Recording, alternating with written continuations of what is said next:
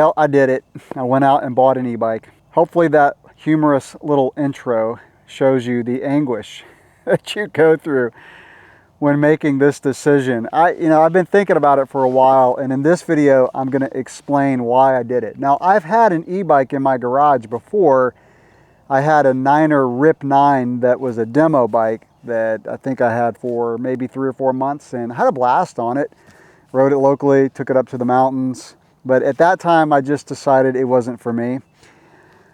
But I've been pondering it lately. I reached out to a few friends of mine and just kind of asked them what it's like owning an e-bike. One of my friends is a pretty accomplished dirt jumper, downhill rider. He used to live locally. Now he lives up in Virginia. In fact, he has like a jump enduro course in his backyard. And I asked him, I said, what do you think? Do you have any regrets? And we're doing this by text, and he texted me back. He said, unfortunately, I love it.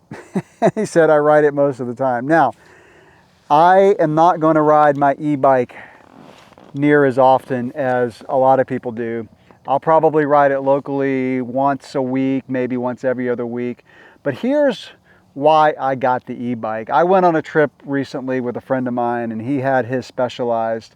And by the way, it's a Specialized Turbo Levo. Not the SL, the regular one, carbon.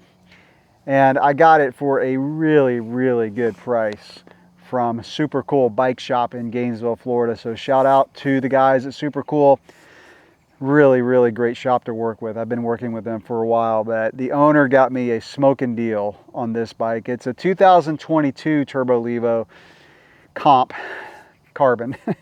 But they haven't really changed the specs much. In fact, even the 2024 or 25, it's pretty much the same spec, except the tire is a little bit smaller. This one has 2.6s. Here's why I got it. So on that trip, I realized the amount of descending you can do. So I was on my regular bike, analog, acoustic, whatever you want to call it. People call it different things. My regular mountain bike. My friend was on his e-bike, and he was just cruising. And I was thinking, you know what, the reason I go on these trips is to descend, and I can just get in so much more descending. So currently I don't live in the mountains. One day I will, but today I don't. The closest true mountain for me is 5.5, 6 hours away. But I get up there quite a bit, North Carolina, North Georgia. So the number one reason is it's a shuttle bike. I don't go to bike parks that very often and do shuttles. And when I get up to the mountains, I want to just be able to descend as much as I possibly can. If I want to train, I can just go out my back door on my gravel bike or local cross-country trails if I want to push it hard. So it's nice getting that fitness in. Now, when I go to the mountains on my trips, I will bring both bikes. And it'd be nice to do like a hard day on the regular bike, and then maybe an easier day where you get in even more descending, but take it easy, and then kind of switch back and forth. So again, shuttle bike, number one reason why I got it. And by the way, my friend who lives in Virginia told me something that was really interesting, and that is a lot of downhill riders will weight their bikes, in other words, put weights on them to make them more stable, put the center of gravity lower. And he said he found the same thing with his e-bike because the motor's low, the battery's kind of low. So, one of my concerns was what's it like descending with a 50-pound bike? But according to him, it's great, because of how the bike is weighted low and stays very planted. And I noticed that when I've ridden e-bikes before, but it's one of my concerns. The number two reason why I got it is to go fast locally. So as I mentioned, I currently don't live in the mountains. I like riding at speed, and I can push very fast on my local trails when it's safe, not around blind corners. And so when it's safe, I can pin it and get the feel of a bike going faster than I would on flatter terrain. Now where I live, it's constantly hilly where I ride, but still you don't have that many descents like you would up in the mountains. You especially don't have long descents. So I can work on my skills by riding fast locally. Another side benefit, and this really didn't play into my decision, but it was mentioned by, I think it was Lone Ranger, and that is when you want to do zone 2 days, they're very easy to do on an e-bike. Even though I don't live in the mountains, I can't do zone 2 on my local trails. There's too many hills. Some of them are 10, 12%. again, they're short, but once you get out of zone 2, you've kind of messed up the zone 2 fitness that's happening in your body. So, you know, that's kind of another little side benefit.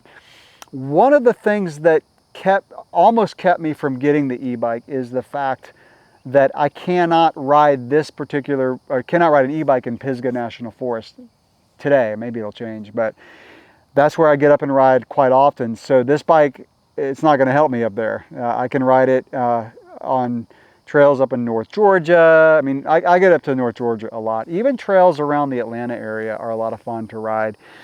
And so again, this is not going to be my primary, you know, downhill bike or even local bike, but it is going to supplement my riding. Now, is this a long-term bike in my fleet? I honestly don't know. This is kind of an experiment for me, and I'm going to do some fun little tests with it. Like, one of the things I'm going to do is I'm going to put the power meter pedals on the bike.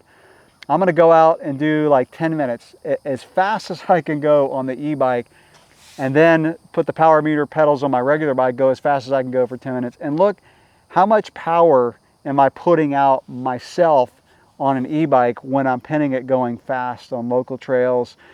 And I'll do some other tests. Now, tomorrow is my first ride on the bike. I have not even ridden it yet. I'm going to get out tomorrow, and then in about 5 days, I'm going to go up to North Carolina and go to Canoga Bike Park. It's one of the only places in that area you can ride an e-bike, because even DuPont, which is, we're going to be staying by DuPont, you cannot ride an e-bike.